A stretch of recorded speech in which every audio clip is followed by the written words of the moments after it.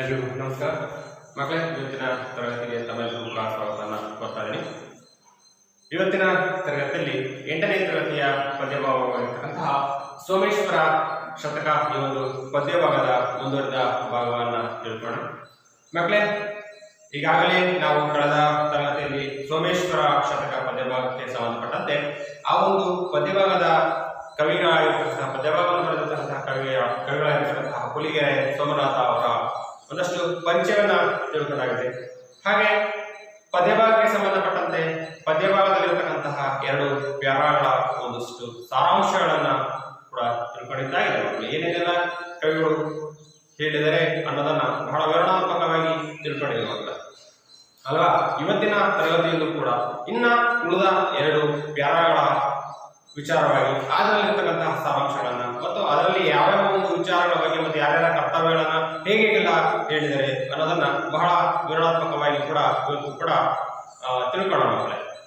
ಆದರೆ ಅದಕ್ಕಿಂತ ಮುಂಚಿತವಾಗಿ ಈಗಾಗಲೇ ನಾವು ಕಳೆದ ತರಗತಿಯಲ್ಲಿ ತಿಳ್ಕೊಂಡ ಹಾಗೆ ನಮ್ಮ ಕವಿಗಳು ಮತ್ತು ಪದ್ಯದ ಸಾರಾಂಶ ಈ ಒಂದಷ್ಟು ವಿಚಾರಗಳನ್ನ ಮತ್ತೊಮ್ಮೆ ಪುನರ್ನವನ ಮಾಡಿಕೊಳ್ತಾ ಇವತ್ತಿನ ತರಗತಿಯ ದಾಖಲನ್ನ ಇಡೋಣ ಮಕ್ಕಳೇ. ಹಾಗಾದ್ರೆ ಮಕ್ಕಳೇ, ನಮ್ಮ ಕವಿಗಳಾಗಿರ್ತಕ್ಕಂತಹ ಹುಲಿಗೆರೆ ಸೋಮನಾಥ ಅಲ್ವಾ.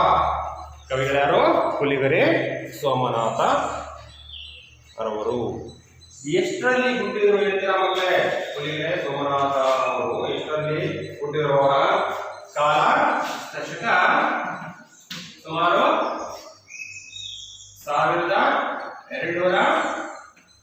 1299 ಅಲ್ವಾ. 1299ರಲ್ಲಿ ಇವರ ಒಂದು ಕಾಲವನ್ನು ನಾವು ತಗೋಬಹುದು. ಹಾಗಾದ್ರೆ ಇವರು ಎಲ್ಲಿ ಹುಟ್ಟಿದ್ರು, ಯಾವ ಸ್ಥಳದವರು, ಇವರು ಯಾವ ಜಿಲ್ಲೆ, ಯಾವ ತಾಲೂಕು, ಯಾವ ಸ್ಥಳದವರು ಅಂತ ಬಂದಾಗ ಧಾರವಾಡ ಜಿಲ್ಲೆ, ಧಾರವಾಡ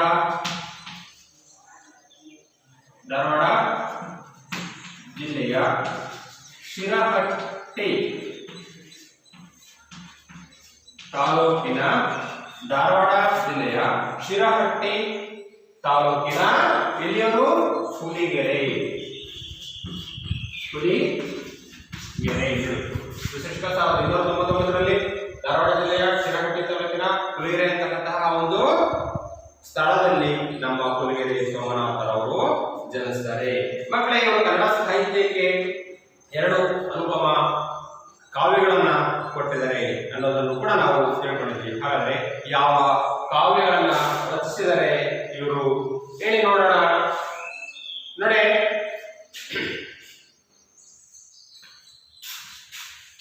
ಒಂದು ಯಾವುದು? ರತ್ನ ಕರಂಡಕ.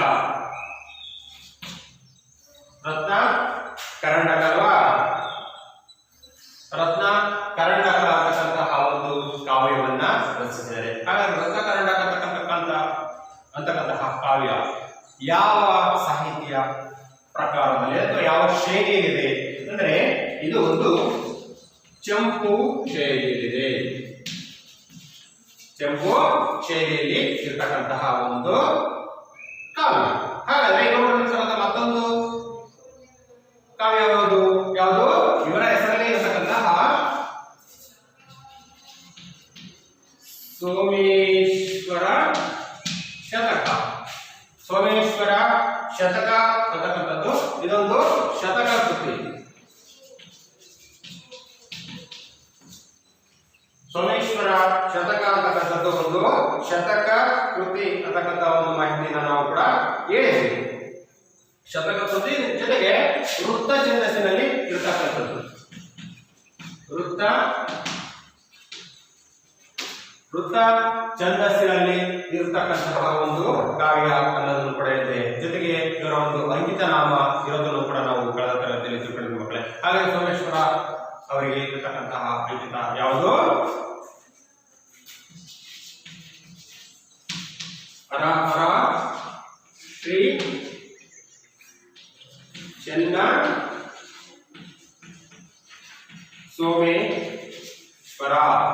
ಹರಹರ ಶ್ರೀ ಚೆನ್ನ ಸೋಮೇಶ್ವರ ಹರಹರ ಶ್ರೀ ಚೆನ್ನ ಸೋಮೇಶ್ವರ ಅಂತಕ್ಕಂಥದ್ದು ಇವರ ಒಂದು ಕಾವ್ಯದ ಅಂಕಿತ ನಾಮ ಮಕ್ಕಳೇ. ಹಾಗಾದ್ರೆ ಪ್ರಸ್ತುತ ಪದ್ಯಭಾಗ ಇವರ ಯಾವ ಕಾವ್ಯದಿಂದ ಆಯ್ಕೆ ಮಾಡಿಕೊಳ್ಳಲಾಗಿದೆ? ಸೋಮೇಶ್ವರ ಶತಕ ಅಂತಕ್ಕಂತಹ ಒಂದು ವೃತ್ತ ಛಂದಸ್ಸಿನಿಂದ ಆಯ್ಕೆ ಮಾಡಿಕೊಳ್ಳಲಾಗಿದೆ ಅಲ್ವಾ? ಇದಿಷ್ಟು ಕೂಡ ನಮ್ಮ ಕವಿಗಳಾಗಿರ್ತಕ್ಕಂತಹ ಕೊಲಿಗೆರೆ ಸೋಮನಾಥ ಅವರಿಗೆ ಸಂಬಂಧಪಟ್ಟಂತಹ ಒಂದಷ್ಟು ವಿಚಾರಗಳು. ಹಾಗೆ ಪದ್ಯಕ್ಕೆ ಸಂಬಂಧಪಟ್ಟಂತೆ ಕೇವಲ ಎರಡು ಪ್ಯಾರಗಳನ್ನು ಕೂಡ ತಿಳ್ಕೊಂಡಿದ್ವಿ. ನಿಜವಾದಂತಹ ಒಂದು ವಿಚಾರ, ನಿಜವಾದಂತಹ ಒಂದು ಯಾರು ಹಿತವನ್ನು ತೋರುವುದು, ನಮಗೆ ಯಾರು ಹಿತವನ್ನ ತೋರ್ತಾರೋ ಅವರೇ ನಿಜವಾದಂತಹ ಒಂದು ಧಾರ್ಮಿಕರೆಂದು ಯಾರನ್ನ ಕರೀತಾರೆ? ಧಾರ್ಮಿಕ ಅಂತೇಳಿ ನಾವು ಯಾರನ್ನ ಕರಿತೀವಿ? ಹಾಗಾದರೆ ತಂದೆ ತಾಯ ಸಲಹಲ್ಬಲ್ಲಾತನೇ ಧಾರ್ಮಿಕಂ ಅಂತಕ್ಕಂಥ ಮಾತನ್ನ ಕಳೆದ ತಂದೆ ತಾಯಿಯನ್ನ ಯಾರು ಸಲಹತಾರೋ ಅಂದ್ರೆ ಯಾರು ಕಾಪಾಡ್ತಾರೋ, ನೋಡ್ಕೊತಾರೋ, ರಕ್ಷಿಸ್ತಾರೋ ಅವನೇ ನಿಜವಾದಂತಹ ಧರ್ಮವಂತೆ ಧಾರ್ಮಿಕ ಅಂತ. ಇನ್ನು ರಾಜನಾದವನ ಕರ್ತವ್ಯವೇನು? ಅದನ್ನು ಕೂಡ ನಮ್ಮ ಕವಿಗಳು ಪದ್ಯದಲ್ಲಿ ಹೇಳಿದ್ರೆ, ಒಬ್ಬ ರಾಜನಾದಂತವನ ಕರ್ತವ್ಯ ತನ್ನ ಪ್ರಜೆಗಳನ್ನ ಏನ್ ಮಾಡೋದು? ಕಾಪಾಡ್ತಕ್ಕಂಥದ್ದು ಅಥವಾ ರಕ್ಷಿಸ್ತಕ್ಕಂಥದ್ದು ಒಬ್ಬ ನಿಜವಾದಂತಹ ರಾಜನಾದಂತವನ ಕರ್ತವ್ಯ. ಏನು? ರಾಜನಾದವನ ಕರ್ತವ್ಯ ತನ್ನ ಪ್ರಜೆಗಳನ್ನ ಕಾಪಾಡ್ತಕ್ಕಂಥದ್ದು ಅಲ್ವಾ? ನೆಕ್ಸ್ಟ್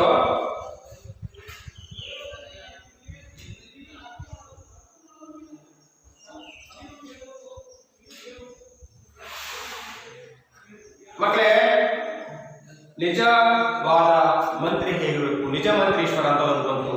ನಿಜವಾದಂತಹ ಮಂತ್ರಿಯ ಹೇಗಿರ್ಬೇಕಂದ್ರೆ ಹೇಗಿರ್ಬೇಕು ಅದನ್ನು ಕೂಡ ಹೇಳಿದ್ರೆ, ಲಂಚಕ್ಕೆ ಕೈಚಾಚಿದವನು ಮತ್ತು ಆಮಿಷಗಳಿಗೆ ಒಳಗಾಗದವನೇ ನಿಜವಾದಂತಹ ಮಂತ್ರಿಯಾಗಿ ಕೆಲಸ ಯೋಗ್ಯನಾಗಿ ಇರ್ತಾವಂತೆ. ನೆಕ್ಸ್ಟ್ ದ್ವಿಜ ಅಂದ್ರೆ ಯಾವ ಹೇಗಿರ್ತಾರೆ ಅನ್ನೋದಕ್ಕೆ ಕುರಿತಂತೂ ಕೂಡ ಆಗಿರತಕ್ಕಂಥದ್ದು. ಏನಂದ್ರೆ ಒಳ್ಳೆಯ ಆಚಾರಗಳನ್ನ ಯಾರು ಹೊಂದಿರ್ತಾರೋ ಅವರೇ ನಿಜವಾದಂತಹ ದ್ವಿಜ ಆಗಿರ್ತಾರೆ ಅಂತಕ್ಕಂಥದ್ದು ಮಾತನ್ನ ಹೇಳಿದ್ರು. ಹಾಗಾದ್ರೆ ಗುರುವನ್ನ ಹೇಗೆ ಕರೆದರೆ, ಗುರುವಂತ ಯಾರನ್ನ ಕರಿಬಹುದು ಅಂತ ಹೇಳಿ ನಮ್ಮ ಕವಿಗಳು ಹೇಳಿದರೆ, ವರ್ಣವನ್ನ ಅಕ್ಷರವನ್ನ ಕಲಿಸಿದವನನ್ನ ನಾವು ಗುರು ಅಂತೇಳಿ ಕರಿಬಹುದಂತೆ.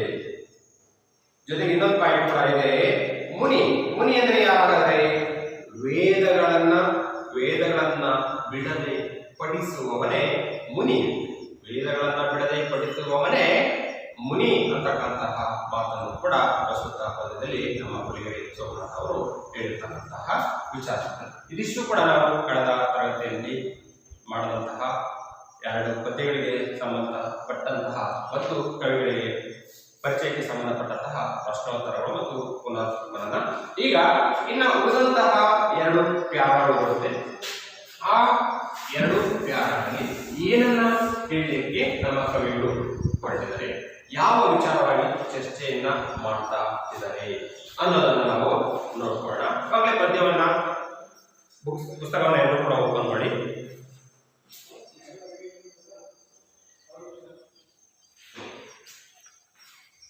ಪುಸ್ತಕವನ್ನು ಓಪನ್ ಮಾಡಿ.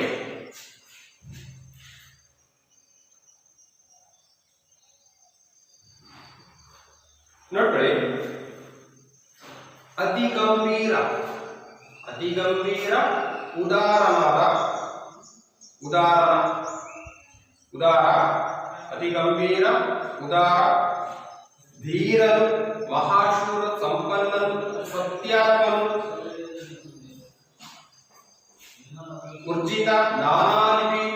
ಅರ್ಜಿತ ನಾನಾಲಿಪಿ ಭಾಷೆಗಳು ಪರಿಚಿತ ಲಂಚಕ್ಕೆ ಕೈ ನೀಡಲು ರಥ ಸದ್ಧರ್ಮ ವಿಚಾರಶಾಲಿ ಚತುರೋಪಾಯಗಳ ಬಲ್ಲವು ಪತಿ ಕಾರ್ಯ ವರಮಂತ್ರಿಯೈ ಹರಹರ ಶ್ರೀ ಚೆನ್ನ ಸೋಮೇಶ್ವರ. ಮಕ್ಕಳೇ, ಇಲ್ಲೂ ಕೂಡ ಒಂದಷ್ಟು ಕರ್ತವ್ಯಗಳನ್ನ ಜವಾಬ್ದಾರಿಗಳನ್ನ ಮತ್ತು ಹೊಣೆಗಾರಿಕೆ ನಿಜವಾದಂತಹ ಒಬ್ಬ ಮಂತ್ರಿಯಲ್ಲಿ ಇರಬೇಕಾದಂತಹ ಏನು ಗುಣಗಳು ಯಾವ ರೀತಿ ಇರಬೇಕು ಅನ್ನೋದನ್ನ ಮತ್ತೊಂದಷ್ಟು ವಿವರಣಾತ್ಮಕವಾಗಿ ನಮ್ಮ ಕವಿಗಳು ಈ ಪದ್ಯಭಾಗದಲ್ಲಿ ಕಟ್ಟಿಕೊಡುತ್ತಾರೆ. ಈಗ ಇದೇ ಮಂತ್ರಿಯ ಕುರಿತಾಗಿ 2 ಅಂಶಗಳನ್ನ ಈಗ ಹಿಂದಿನ ಕಾಲದಲ್ಲಿ ನಮ್ಮ ಕವಿಗಳು ಹೇಳಿದ್ರು. ಏನ್ ಹೇಳಿದ್ರು? ಲಂಚಕ್ಕೆ ಕೈ ಚಾಚದವನು, ಆಮಿಷಗಳಿಗೆ ಒಳಗಾಗದವನು ನಿಜವಾದಂತಹ ಮಂತ್ರಿ ಆಗಲಿಕ್ಕೆ ಸಾಧ್ಯ ಅನ್ನೋ ಒಂದು ಮಾತನ್ನ ಈಗಾಗಲೇ ಹಿಂದಿನ ಪದ್ಯದಲ್ಲಿ ಹೇಳಿದ್ರು. ಅದೇ ಮಂತ್ರಿಯ ಕುರಿತಂತೆ ಕೇವಲ ಅಷ್ಟನ್ನ ಅಂದ್ರೆ ಲಂಚಕ್ಕೆ ಕೈ ಚಾಚದವನು ಮತ್ತೆ ಆಮಿಷಗಳಿಗೆ ಬಲಿಯಾಗದವನು ಅವೆರಡು ಕ್ವಾಲಿಟೀಸ್ ಮೌಲ್ಯಗಳಿದ್ರೆ ಸಾಲಲ್ಲ, ಅವರ ಇನ್ನೂ ಕೂಡ ಕೆಲವೊಂದಷ್ಟು ಉತ್ತಮ ಗುಣಗಳು ಇರಬೇಕು ಅನ್ನೋದನ್ನ ಈ ಒಂದು 3ನೇ ಪ್ಯಾರಲ್ಲಿ ನಮ್ಮ ಕವಿಗಳು ಹೇಳಿದರೆ ಅದನ್ನ ಒಂದೊಂದಾಗಿ ನಾವು ಏನೇನಿದ್ದು ಅನ್ನೋದನ್ನ ಅರ್ಥೈಸ್ಕೊಳ್ತಾ ಹೋಗೋಣ. ಅತಿ ಗಂಭೀರನು, ಅತಿ ಗಂಭೀರ ಗತಿ ಅಂದ್ರೆ ಅತಿ ಗಂಭೀರದವನಾಗಿರ್ತಾರೆ. ಅದು ಸ್ವಲ್ಪ ಸೀರಿಯಸ್ ಆಗಿರ್ತಕ್ಕಂಥ ಯಾವ ವಿಷಯವನ್ನ ಅಂದ್ರೆ ತಮಾಷೆ ಬಂದಾಗ ತಮಾಷೆಗಳನ್ನು ನಗುತ್ತೆ. ಸಹಜವಾಗಿ ಎಲ್ಲಾ ವಿಚಾರಗಳನ್ನ ಕಾಮಿಡಿಯಾಗಿ ತಗೊಳ್ಳೋಕ್ಕಾಗಲ್ಲ. ಹಾಗಾಗಿ ಸೀರಿಯಸ್ ಬಂದಾಗ ಸೀರಿಯಸ್ ಇರ್ತಕ್ಕಂಥದ್ದು. ಸೊ ಯಾವ ವಿಚಾರವನ್ನ ಯಾವ ರೀತಿಯಾಗಿ ನಾವು ಹ್ಯಾಂಡಲ್ ಮಾಡಬೇಕು, ಸರಿದೂಗಿಸ್ಕೊಂಡು ಹೋಗ್ಬೇಕಂತ ನಾವು ಹೇಳ್ಕೊಳ್ಳಲ್ಲ. ಸೊ ಆ ರೀತಿಯಾಗಿ ಸೊ ಗಂಭೀರ ಆಗಿರೋದಂತೆ ಉದಾಹರಣೆ ಕೂಡ ಆಗಿರ್ಬೇಕು. ಕಷ್ಟದಲ್ಲಿರ್ತಕ್ಕಂಥವರಿಗೆ, ಸಂಕಷ್ಟದಲ್ಲಿರ್ತಕ್ಕಂಥ, ನೋವಿನಲ್ಲಿರ್ತಕ್ಕಂಥವರಿಗೆ ಸೊ ಯಾವ ರೀತಿಯಾಗಿ ಒಂದು ರೀತಿಯಾಗಿ ಸ್ಪಂದಿಸಬೇಕು ಅಂತಕ್ಕಂತಹ ಒಂದು ಉದಾರವಾದಂತಹ ಗುಣವನ್ನ ಹೊಂದಿದವನು ಅವನ ಆಗಿರ್ಬೇಕಂತೆ. ಜೊತೆಗೆ ಧೀರನು ಮಹಾಶೂರನೂ ಆಗಿರ್ಬೇಕಂತೆ. ಮಹಾ ಧೀರ, ಯಾಕಂದ್ರೆ ಯುದ್ಧರಂಗ ಬಂದಾಗ ಅವರಿಗೆಲ್ಲ ಮಂತ್ರಿ ಅಂತಕ್ಕಂಥ ಕೇವಲ ಸಾಮ್ರಾಜ್ಯದಲ್ಲಿ ಆಡಳಿತದ ಚುಕ್ಕಾಣಿಯನ್ನ ಹಿಡಿದು ಮಾಡೋಂತಲ್ಲ. ಒಬ್ಬ ಯುದ್ಧರಂಗ ಅಂತ ಒಂದು ಬಂದಾಗ ಯುದ್ಧದಲ್ಲಿ ಗೆಲ್ಲಲಿಕ್ಕೆ ಬೇಕಾಗಿರ್ತಕ್ಕಂತಹ ಚಾಕಚಕ್ಯತೆ ಅಥವಾ ಯುದ್ಧದ ಒಂದು ರಣತಂತ್ರ ಅಂತ ನಾವೇನು ಕರೀತೀವೋ ಆ ರಣತಂತ್ರಗಳನ್ನ ರೂಪಿಸ್ತಕ್ಕಂಥವ್ರು ಸೊ ಆಗಿರ್ಬೋದು. ಜೊತೆಗೆ ಕತ್ತೆದ್ದು ಹಿಡಿದು ಹೋರಾಟ ಮಾಡ್ತಕ್ಕಂತಹ ಧೀರರು ಕೂಡ ಅವರು ಆಗಿರ್ಬೇಕಂತೆ. ಮಹಾ ಸಂಪನ್ನ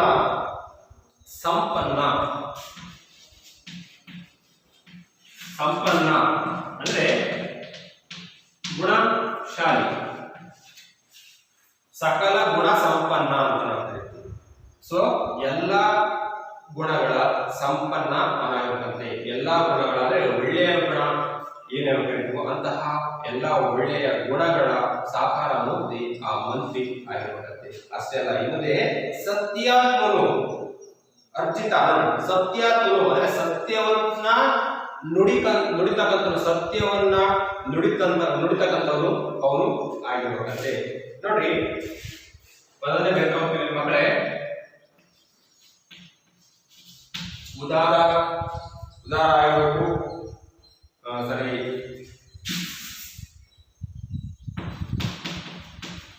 ಗಂಭೀರನು, ಉದಾರನು, ಸಂಪನ್ನನು, ನೆಕ್ಸ್ಟ್ ಸಂಪನ್ನ, ಧೀರನು, ನೆಕ್ಸ್ಟ್ ಸತ್ಯಾತ್ಮನು, ಸತ್ಯವಂತನು ಆಗಿರಬೇಕು. ಜೊತೆಗೆ ನಾನಾ ಲಿಪಿ ಭಾಷೆಗಳು, ನಾನಾ ಲಿಪಿ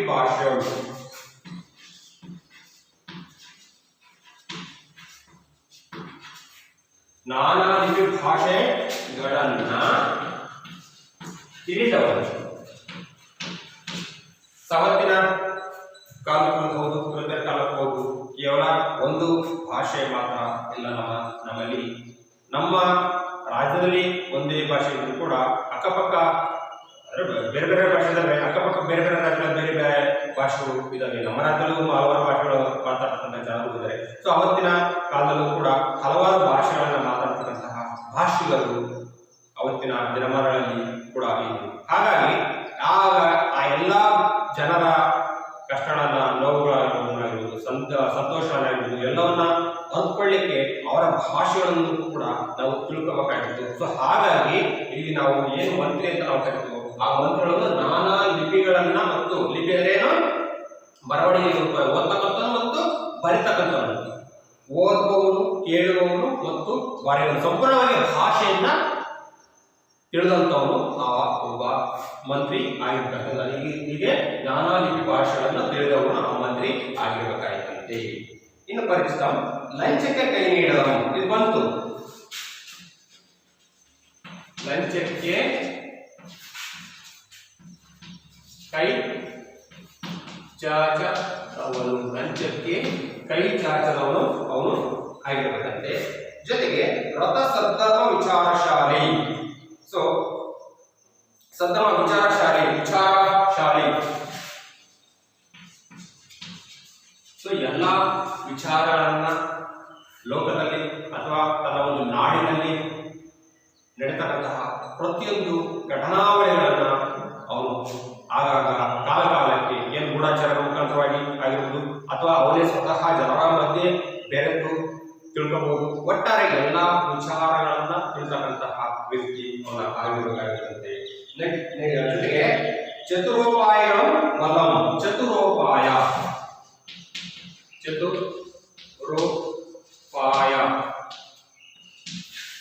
ಅಂದ್ರೆ ಚತುರೋಪಾಯ ಅಂತಂದ್ರೆ ಚತುರ್ ಅಂದ್ರೆ ನಾಲ್ಕು ಉಪಾಯಗಳನ್ನ ಬಲ್ಲಂತವನು. ಯಾವಪ್ಪ ಅಂದ್ರೆ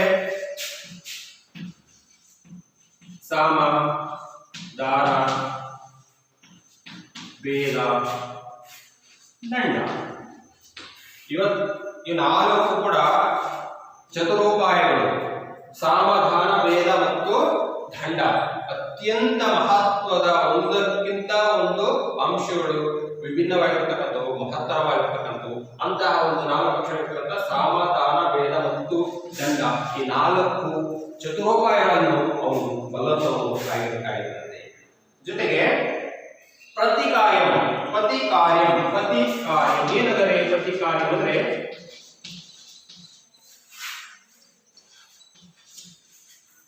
ಪ್ರತಿಕಾರ್ಯ ಅಂದ್ರೆ ಒಡೆಯನ ಕಾರ್ಯದಲ್ಲಿ ನಿಷ್ಠೆ ಇರುವವನು. ಒಡೆಯನ ರಾಜನ ಕಾರ್ಯದಲ್ಲಿ ನಿಷ್ಠೆ ಇರುವವನು.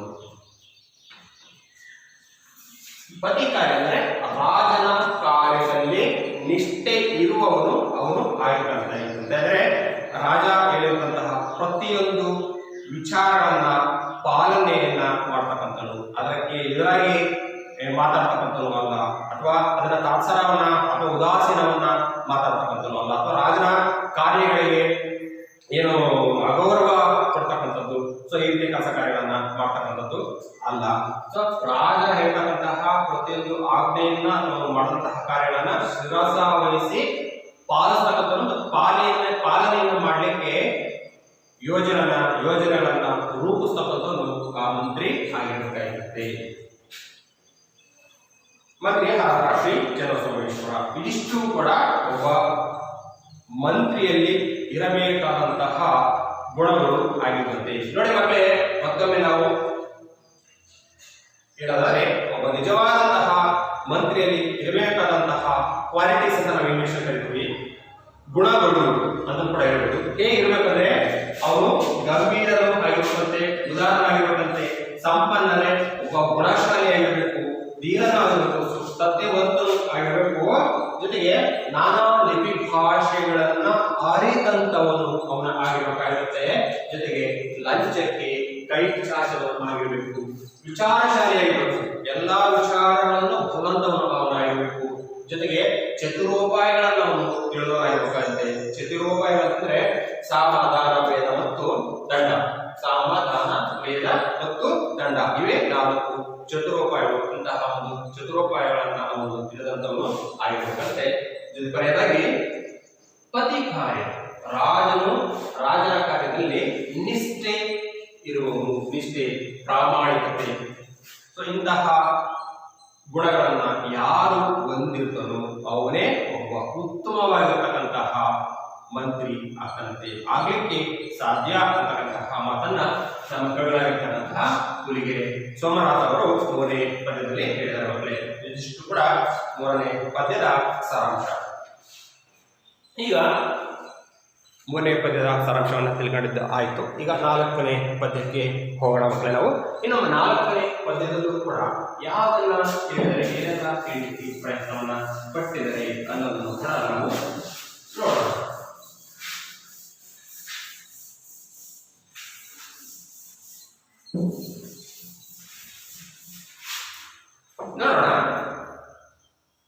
ಅಂದ್ರೆ ಇಲ್ಲಿ ಈಗ ಮಂತ್ರಿ ಕರ್ತವ್ಯ 3ನೇ ಕೆಳದಲ್ಲಿ 4ನೇ ಕೆಳದಲ್ಲಿ ಒಬ್ಬ ಆಶಾವಾದಿ ಹೇಗಿರಬೇಕು, ಜೀವನದಲ್ಲಿ ನಾವು ಆಶಾವಾದಿಯಾಗಿರುತ್ತಂತೆ. ಸೊ ಆ ಆಶಾವಾದ ಹೇಗಿರಬೇಕು ಅನ್ನೋದಕ್ಕೆ ಒಂದಷ್ಟು ಉದಾಹರಣೆಗಳ ಮೂಲಕ ನಮ್ಮ 4ನೇ ಪ್ಯಾರದಲ್ಲಿ ಕೊಡ್ತಾ ಇದ್ದಾರೆ. ನೋಡೋಣ ಹೇಗಿದೆ ಅಂತ. ಉಡುರಾಜಂ ಕಳೆಯುಂದಿ ಪೆಚ್ಚದಿಹನೆ ಭೃಗೋದ ಬೀಜಂ ಕೆಲಂ ಸಿಡಿದು ಪೆರ್ಮರನಾಗದೆ ಪೆರ್ಮರ ಆಗದೆ ಎಳೆಗರುಂ ಎಳೆಗರುಂ ಎತ್ತಾಗದೆ ಲೋಕದೊಳ್ ಪಿಡಿಪಣ್ಣಾಗದೆ ನೊಲ್ಮೆ ಇರಲ ದೈವದ ಒಲ್ಮೆ ಇರಲ. ಇನ್ನೂ ಕೂಡ ಓದ್ಬೋದು. ದೈವದ ಒಲ್ಮೆ ಇರಲ ಕಾಲಾನುಕಾಲಕ್ಕೆ ತಾವು ಬಡವಂ ಬಲ್ಲಿದನಾಗದೆ ಶ್ರೀ ಚಂದ್ರ ಸೋಮೇಶ್ವರ. ನೋಡಿ, ಬಡವ ಬಲ್ಲಿದನಾಗದೆ, ಇದೇ ನಿಜವಾದಂತಹ ಮಾತು. ಸೊ ಅದಕ್ಕೆ ಪೂರಕವಾಗಿರತಕ್ಕಂತಹ ಒಂದಷ್ಟು ಉದಾಹರಣೆಗಳನ್ನ ನಮ್ಮ ಕವಿಗಳು ಪ್ರಸ್ತುತ ಪದ್ಯಭಾಗದಲ್ಲಿ ಹೇಳ್ತಾ ಹೋದರೆ ನೋಡೋಣ. ಒಬ್ಬ ಬಡವ ಶ್ರೀಮಂತ ಆಗದೇ ಇರಲಿಕ್ಕೆ ಸಾಧ್ಯನೇ, ಖಂಡಿತ ಆಗ್ತಾನಂತೆ. ಸೊ ಅದು ಹೇಗೆ ಅನ್ನೋದನ್ನ ಒಂದಷ್ಟು ಉದಾಹರಣೆಗಳನ್ನ ಹೇಳಿದ್ರೆ ನೋಡೋಣ. ಮೊದಲು ಹೋಗ್ತಾರ ಅದು ಅರ್ಥ ಆಗುತ್ತೆ. ನೋಡಿ, ಉಡುರಾಜಂ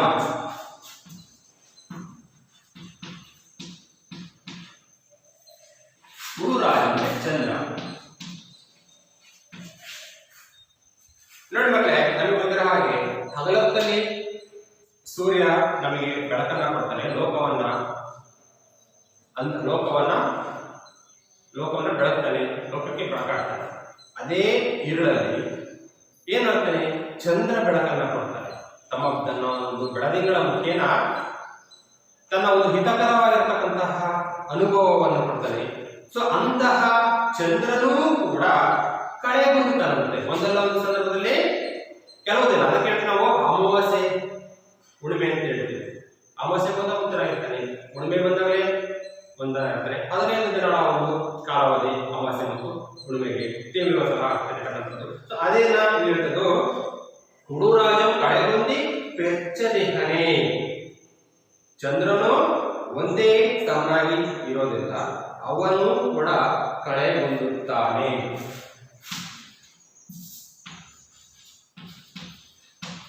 ಪೆಚ್ಚು ಕಳೆಗುಂದು. ನೋಡಿ, ಚಂದ್ರನೂ ಕೂಡ ತನ್ನ ಹೊಳಪನ್ನ ಕಳೆದುಕೊಂಡು ಒಂದಲ್ಲ ಒಂದು ದಿನ ಅಥವಾ ಒಂದಲ್ಲ ಒಂದು ದಿನ ಸಂದರ್ಭದಲ್ಲಿ ಅವನು ಹೇಗೆ ಕಳೆಗುಂದುತ್ತಾನೋ ಹಾಗೆ ಭೃಗೋದ ಬೀಜಂ, ಭೃಗೋದ ಅಂದ್ರೆ ಆಲದ ಮರದ ಬೀಜ. ಭೃಗೋದ ಬೀಜಂ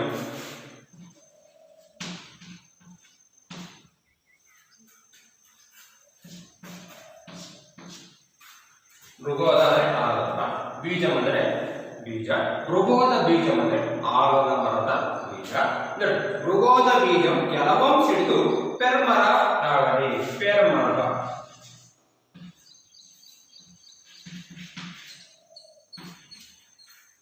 ಪೆರ್ಮರ ಏನ್ ಪೆರ್ಮರ ಅಂದ್ರೆ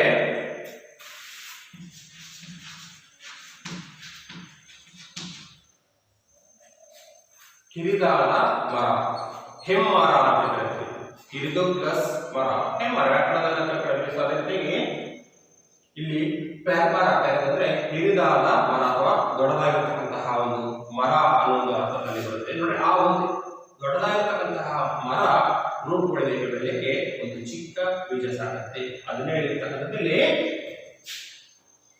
ಚಂದ್ರ ಯಾವ ರೀತಿಯಾಗಿ ತುಂಬಾ ಪ್ರಕಾಶಮಾನವಾಗಿ ಇರ್ತಕ್ಕಂಥ ಒಂದಲ್ಲ ಒಂದು ದಿನ ಕಳೆ ಕಳೆ ಕೊಯ್ಯುತ್ತಾನೋ, ಒಂದು ಸಂದರ್ಭದಲ್ಲಿ ಹೇಗೆ ಕಳೆ ಹೊಂದುತ್ತಾನೋ ಹಾಗೆ ಆಲದ ಮರದ ಬೀಜ ಒಂದಲ್ಲ ಒಂದು ಬೀಜ, ಎಲ್ಲ ಬೀಜ ಅದೇ ಆಗ್ತವೆ ಕೆಲವು ಸಲ, ಅಥವಾ ಆಲದ ಮರದ ಬೀಜ ಕೆಲವು ಸಿಡಿದು ಹೇಗೆ ಹೆಮ್ಮರವಾಗಿ ಬೆಳೆಯಲಿಕ್ಕೆ ಸಾಧ್ಯ ಆಗುತ್ತೋ ಹಾಗೆ ಎಣೆಗರು ಎತ್ತಾಗದೆ, ಎಣೆಗರು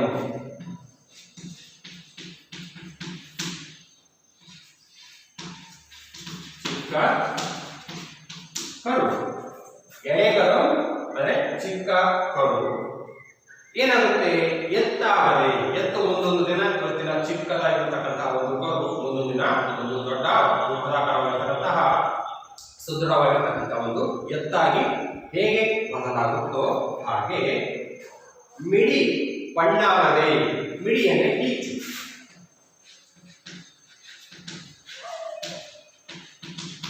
ಮಿಡಿ ಅಂದ್ರೆ ಈಚು, ಈಚು ಸಾಮಾನ್ಯವಾಗಿ ಒಂದು ಯಾವ್ದಾದ್ರು ಗಿಡ ಇರ್ಬೋದು, ಮರ ಇರ್ಬೋದು, ಏನಾಗುತ್ತೆ, ಹೂವಾಗುತ್ತೆ, ಹೂವಾದ್ಮೇಲೆ ಸಣ್ಣ ಸಣ್ಣ ಈಚು ಅಂದ್ರೆ ಈಚು ಅಂತ ಕರಿತೀವಿ, ಅದನ್ನ ಮಿಡಿ ಅಂತ ಕರಿತೀವಿ, ಈಚು ಅಂತ ಕರಿತೀವಿ. ಚಿಕ್ಕ ಚಿಕ್ಕ ಚಿಕ್ಕ ಚಿಕ್ಕ ಕಾಯಿ ಆಗುತ್ತೆ, ಕಾಯಿ ಅಂದ್ರೆ ಏನಾಗುತ್ತೆ, ಒಂದು ದಶಪುಷ್ಟವಾಗಿರ್ತಕ್ಕಂತಹ ಹಣ್ಣಾಗುತ್ತೆ, ಹಣ್ಣು ಕೂಡ ಕಾಯಿ ಆಗುತ್ತೆ, ಕಾಯಿದ್ದು ಹಣ್ಣಿನಾಗಿ ಬದಲಾಗುತ್ತೆ, ಇದು ಪ್ರಕೃತಿಯ ನಿಯಮ. ಸೊ ಹಾಗೆ ಅದನ್ನೇನಿದ್ದು, ಸೊ ಹೇಗೆ ಸಣ್ಣ ಸಣ್ಣ ಬೀಜ ಒಂದು ಹಣ್ಣಾಗಿ ಹೇಗೆ ಬದಲಾವಣೆಗೊಳ್ಳುತ್ತೋ, ಪರಿವರ್ತನೆ ಹೊಂದುತ್ತೋ ಆ ರೀತಿಯಂತೆ ದೈವದೊಲ್ಮೇರಲ, ದೈವದ ಅನುಗ್ರಹ ಇದ್ದರೆ, ದೈವದ ಅನುಗ್ರಹ ಇದ್ದರೆ ಕಾಲಾನುಕಾಲಕ್ಕೆ ಕಾಲದ ಬದಲಾವಣೆ ಹಾಗೆ ಅಥವಾ ಕಾಲಚಕ್ರದ ಉರುಳಿದ ಹಾಗೆ ಬಡವಂ ಬಂದಿದನಾಗನೆ.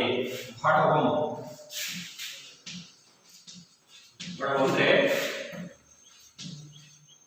ಬಡವ ಅಂತ, ಬಡವ ಶ್ರೀಮಂತನಾಗದೆ ಇರುತ್ತಾನೆ, ಶ್ರೀಮಂತರಾಗಲಿಕ್ಕೆ ಸಾಧ್ಯ ಅನ್ನೋ ಮಾತಿಗೆ ಉದಾಹರಣೆಯಾಗಿ ಅದಕ್ಕೆ ಪೂರ್ವಕವಾಗಿ ಈ ಒಂದು ವಿಚಾರಗಳನ್ನ ಹೇಳ್ತಾ ಇದ್ದಾರೆ ಮಕ್ಕಳೇ. ನೋಡಿ ಹೇಗೆ ಒಂದು ಬೆಳದಿಂಗಳ ಹಿತಕರ ಅನುಭವವನ್ನ ಬೀರತಕ್ಕಂತಹ ಜನರು ಒಂದು ಸಂದರ್ಭದಲ್ಲಿ ತನ್ನ ಕಳೆಯನ್ನ ಹೇಗೆ ಕೂದುತ್ತಾನೋ ಅದೇ ರೀತಿ ನೆಕ್ಸ್ಟ್ ಆಲದ ಮರದ ಬೀಜ ಸಿಡಿದು ಹೇಗೆ ಒಂದು ಹೆಮ್ಮರವಾಗಿ ಬೆಳೆದು ಬರಲಿಕ್ಕೆ ಸಾಧ್ಯ ಆಗುತ್ತೋ ಹಾಗೆ ಒಂದು ಚಿಕ್ಕ ಕರು ಬೆಳೆದು ಒಂದು ಹೇಗೆ ದೊಡ್ಡದಾಗಿರತಕ್ಕಂತಹ ಎತ್ತು ಹೇಗೆ ಆಗುತ್ತೋ ಹಾಗೆ ಹಿಡಿ ಅಥವಾ ಮಿಡಿ ಅಥವಾ ಕೀಚು ಹೇಗೆ ಒಂದು ಚಿಕ್ಕ ಚಿಕ್ಕ ಬೀಜ ಅಥವಾ ಚಿಕ್ಕ ಚಿಕ್ಕ ಕಾಯಿ ಮುಂದೊಂದು ದಿನ ಬದಲಾವಣೆಗೊಂಡಾಗ ಅದು ಏನು ಹಣ್ಣಾಗಿ ಪರಿವರ್ತನೆ ಆಗುತ್ತೋ ಹಾಗೆ ಮುಂದೊಂದು ದಿನ ದೈವದ ಅನುಗ್ರಹ ಇದ್ದಿದ್ದೆ ಆದಲ್ಲಿ ಖಂಡಿತವಾಗ್ಲೂ ಕೂಡ ಬಡವನೂ ಕೂಡ ಶ್ರೀಮಂತನಾಗಿ ಬದಲಾಗಬಹುದು ಅಂತಕ್ಕಂತಹ ಮಾತನ್ನ ನಮ್ಮ ಈ ಒಂದು ಪದ್ಯದಲ್ಲಿ ಹೇಳಿರ್ತಕ್ಕಂಥ. ಬಡವಂ ಬಲಿದನಾಗದೆ ಅರ್ಹರ ಶ್ರೀ ಚನ್ನಸೋಮೇಶ್ವರ ಅಂತಕ್ಕಂತಹ ಒಂದು ಮಾತನ್ನ ಹೇಳ್ತಾ ಈ ಒಂದು ಪದ್ಯ ಭಾಗವನ್ನ ಮುಗಿಸ್ತಾ ಇದ್ದಾರೆ ನಮ್ಮ ಕವಿಗಳು. ಇದಿಷ್ಟು ಕೂಡ ಸೋಮೇಶ್ವರ ಪದ್ಯ ಭಾಗಕ್ಕೆ ಸಂಬಂಧಪಟ್ಟಂತಹ ವಿಚಾರಗಳ ಮೇಲೆ ನಾವು ನಿನ್ನೆ ಮತ್ತು ಇವತ್ತು ಎರಡೂ ತರಗತಿಯಲ್ಲಿ ಕೂಡ ಕುಲಿಗೆ ಸೋಮನಾಥ ಅವರು ಬರೆದಿರ್ತಕ್ಕಂತಹ ಸೋಮೇಶ್ವರ ಶತಕ ಪದ್ಯಕ್ಕೆ ಸಂಬಂಧಪಟ್ಟಂತೆ ಸಾಕಷ್ಟು ವಿಚಾರಗಳನ್ನ ತಿಳ್ಕೊಂಡಿದೆ. ಈಗ ನೋಡೋಣ, ಅಭ್ಯಾಸದಲ್ಲಿ ಒಂದಷ್ಟು ಪ್ರಶ್ನೆಗಳು ಇದೆ ಮಕ್ಕಳೇ, ಅವನ್ನ ನೋಡೋಣ. ನಿಜವಾದ ಒಂದು ಹಿತವನ್ನು ಯಾರು ಸೋತನೋ ಅವನೇ ನಿಜವಾದಂತಹ ಬಂಧು. ಧಾರ್ಮಿಕನೆಂದು ಯಾರು ಕರೀತಾರೆ, ತಂದೆ ತಾಯಿಯನ್ನು ಯಾರು ಸಲ್ಲುತ್ತಾರೋ ಅವರೇ ಭಕ್ತ. ರಾಜನಾದವನ ಕರ್ತವ್ಯ ಪ್ರಜೆಗಳನ್ನು ಕಾಪಾಡ. ಆಲದ ಮರದ ಬೀಜ ಸಿಡಿದು ಭೂಮಿಗೆ ಇದು ಏನಾಗುತ್ತದೆ, ಹೆಮ್ಮರವಾಗಿ ಬೆಳೆಯುತ್ತದೆ, ಹೆಮ್ಮರವಾಗುತ್ತದೆ ಅಲ್ವಾ. ಈಗಪ್ಪ ಮಾಡತಕ್ಕಂತಹ ಪದ್ಯಭಾಗದಲ್ಲಿ ಬಂದಿರತಕ್ಕಂಥದ್ದು ಆಲದ ಮರದ ಬೀಜ ಭೂಮಿಗೆ ಬಿದ್ದು ಹೆಮ್ಮರವಾಗಿ ಬೆಳೆಯುತ್ತೆ. ಕುಲಿಗೆರೆ ಸೋಮನಾಥ ಅವರ ಅಂಕಿತ ನಾಮ ಹರಹರ ಶ್ರೀ ಚನ್ನ ಸೋಮೇಶ್ವರ. ನೆಕ್ಸ್ಟ್ 2-3 ವಾಕ್ಯ 5 ವಾಕ್ಯ ಸಂದರ್ಭ ಸ್ವಾರಸ್ಯ ಇದೆ, ಅದನ್ನ ನೋಡ್ಕೊಳ್ಬೇಕ್ರೆ ಗೊತ್ತಾಗಲ್ಲ. ನೆಕ್ಸ್ಟ್ ಹೇಳ್ಕೊಡ್ತೀನಿ. ಕೆಳಗೆ ಜೊತೆಗೆ ಮೊದಲೆರಡು ಪದಗಳಿಗೆ ಸಂಬಂಧಿಸಿದ 3ನೇ ಪದಕ್ಕೆ ಸಂಬಂಧಿಸಿದ ಪದವನ್ನು ಬರೆಯಲಿದೆ, ನೋಡ್ಕೊಳ್ಳಿ. ಮಿಡಿ ಪಣ್ಣಾಗುತ್ತೆ, ಎಳೆಗರು ಎತ್ತಾಗತ್ತೆ, ಋಗೋದ ಅಂದ್ರೆ ಆಲದ, ಉಡುರಾಜ ಅಂದ್ರೆ ಚಂದ, ಭಕ್ತಿಯುಳ್ಳ ಆಗುವ ಸಂಧಿ, ಕಳೆಗೊಂದು ಆದೇಶ ಸಂಧಿ, ಧರ್ಮ ಅಧರ್ಮ, ಬಡವ ಶ್ರೀಮಂತ, ಕಾರ್ಯ ಕರ್ಜ, ಭಕ್ತಿ ಭಕ್ತಿ. ಇದಿಷ್ಟು ಕೂಡ ಈ ಅಭ್ಯಾಸಕ್ಕೆ ಸಂಬಂಧಪಟ್ಟಂತಹ ಒಂದು ಪ್ರಶ್ನೋತ್ತರ ಮಕ್ಕಳೇ. ಇವತ್ತಿನ ತರಗತಿಯನ್ನ ಇಲ್ಲಿಗೆ ನಿಲ್ಲಿಸ್ತಾ ಇದ್ದೀನಿ. ಎಲ್ಲರಿಗೂ ಧನ್ಯವಾದಗಳು.